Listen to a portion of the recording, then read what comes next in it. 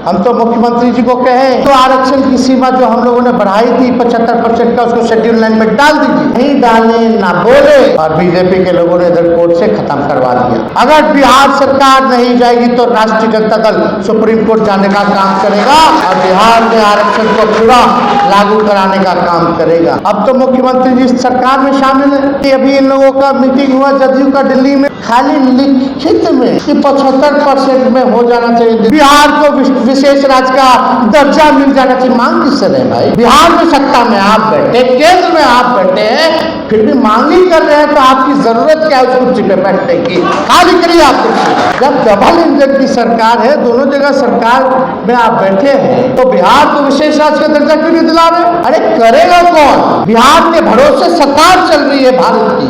अगर नहीं करेंगे तो गिरा दो सरकार, और नहीं गिराते हो तो तुम उसके भागीदार हो कि तुम भी आरक्षण नहीं चाहते और ना बिहार को विशेष राज्य का दर्जा चाहते हो। हम तो मुख्यमंत्री जी को कहें कि मुख्यमंत्री जी शेड्यूल 9 में डाल दीजिए, डाल दीजिए। अब तो आपके भरोसे बिहार निर्णायक बोर्ड में है भारत सरकार, आपके सहारे है। अब तो जो आरक्षण की सीमा जो हम लोगों ने बढ़ाई थी 75% का, उसको शेड्यूल 9 में डाल दीजिए। नहीं डाले ना बोले, और बीजेपी के लोगों ने इधर कोर्ट से खत्म करवा दिया। अभी भी हम कहते हैं बिहार सरकार ने कोई निर्णय नहीं लिया है 75% आरक्षण को बचाने के लिए, हाई कोर्ट नहीं सुप्रीम कोर्ट जाने के लिए कोई निर्णय नहीं लिया है, सुप्रीम कोर्ट जाने के लिए। अगर बिहार सरकार नहीं जाएगी तो राष्ट्रीय जनता दल सुप्रीम कोर्ट जाने का काम करेगा और बिहार में आरक्षण को पूरा लागू कराने का काम करेगा। इतना बड़ा लड़ाई था हम लोगों का, सब कुछ हम लोगों ने किया। अब जब मौका आएगा बहाली का, तो उसमें हमारे नौजवानों को, पिछड़े समाज के लोगों को, अति पिछड़े समाज के लोगों को, दलित समाज के लोगों को, आदिवासी समाज के लोगों को हिस्सेदारी नहीं मिलेगी, आरक्षण का लाभ नहीं मिलेगा। ये एक सोची समझी साजिश है, इस बात को हम लोग समझते हैं। लेकिन कितना अच्छा होता कि ये 75% जो था शेड्यूल 9 में अगर केंद्र सरकार कर देती तो।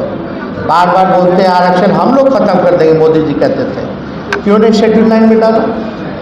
हम जब उप मुख्यमंत्री थे, हम लोगों ने कैबिनेट से प्रस्ताव भारत सरकार को भेजा कि इसको शेड्यूल 9 में डाला जाए, तो शेड्यूल 9 में इन लोगों ने क्यों नहीं डाला?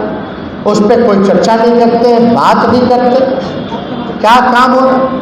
दूसरी लड़ाई हम लोगों की रहेगी।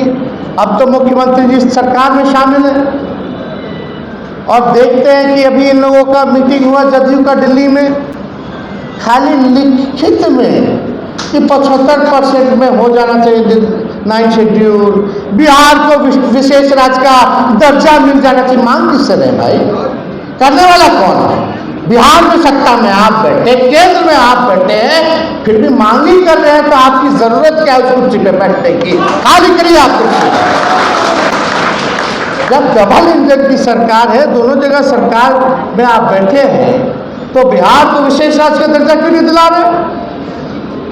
इधर लोजपा के लोग बोल रहे हैं कि हम लोग तो पक्षधर हैं भाई बिहार को विशेष राज्य का दर्जा दिलाने के लिए। हम ये नहीं करें केवल बिहार को मिले, हम चाहते बिहार जैसे जितने गरीब या पिछड़े राज्य हैं उनको विशेष राज्य का दर्जा दिया जाए। अमेंडमेंट होगा कि नहीं होगा नीति आयोग में, अरे करेगा कौन? सत्ता में है, बिहार के भरोसे सरकार चल रही है भारत की। चल रहा है कि नहीं चल रहा? अगर नहीं करेंगे तो गिरा दो सरकार, और नहीं गिराते हो तो तुम उसके भागीदार हो कि तुम भी आरक्षण नहीं चाहते और ना बिहार को विशेष राज्य का दर्जा चाहते हो। यही सच्चाई है। तो हम ज़्यादा कुछ नहीं करेंगे, लोगों का दोहरा चरित्र जो है सामने है। लेकिन हम लोग जब सत्ता में हैं तो अपने हर एक नीति को, हर एक कमिटमेंट को हम लोगों ने 17 महीने में एक एक करके पूरा किया, और आगे भी हम लोग करते, लेकिन लोगों को पचा नहीं। किसी भी कारण गए हम लोगों ने तो इंडिया अलायंस बनाया था कि भाई सत्ता में नहीं आने देंगे, और हम लोग लगभग सफल भी हो गए। खैर 50 से ऐसी ज़्यादा सीटें हैं जहां बीजेपी 2500 से जीती है।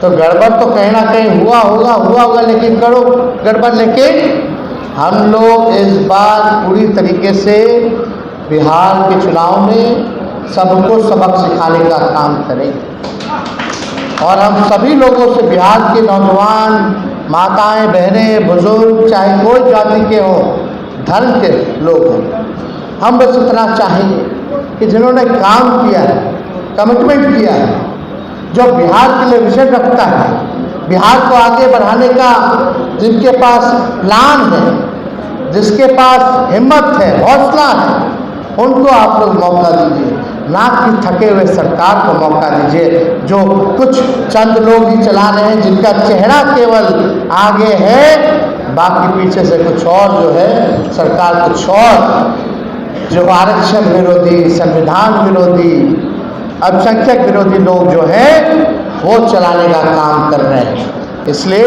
आप सब लोग पुनः कार्यकर्ताओं, नेताओं सबसे कहेंगे कि भाई फील्ड में जाइए, फील्ड में काम कीजिए और 15 अगस्त के बाद हम खुद स्वयं बिहार के हर एक विधानसभा में दौरा करने का काम करेंगे और पूरे विश्वास के साथ आप सब लोगों को हम कहते हैं कि अगली सरकार बिहार में जो होगी वो महागठबंधन राष्ट्रीय जनता दल की होगी। और इन्हीं चंद शब्दों के साथ पुनः राष्ट्र अध्यक्ष जी के समर्पण को, त्याग को, कमिटमेंट को सल्यूट करते हुए, सलाम करते हुए, उनको धन्यवाद देते हुए, शुभकामनाएं देते हुए और ये भरोसा देते हुए कि पार्टी जो है आगे भविष्य में राष्ट्रीय जनता दल पार्टी राष्ट्रीय पार्टी बनेगी और बिहार के सरकार को बनाने का काम करेगी, सरकार में शामिल होगी और राष्ट्रीय जनता दल का भविष्य उज्जवल रहेगा, जहां हर एक समाज, धर्म, जाति, वर्ग के लोगों का लड़ाई लड़ेगी। इसी कमिटमेंट के साथ हम पुनः आप सब लोगों को भी धन्यवाद और बधाई देते हुए स्थापना दिवस के अवसर पर अपनी बातों को यहीं विराम देते हैं और हम जो कह रहे हैं वो ज़रूर होने जा रहा है। आप लोग आप देखते जाइए और ये सरकार 5 साल चलने वाली केंद्र वाली नहीं है। कुछ लोग चाहे दिसंबर में चुनाव करा लें, 24 के या 25 में, नवंबर में करा लें, आएगा तो महागठबंधन आएगा। बहुत बहुत धन्यवाद। जय हिंद, जय बिहार।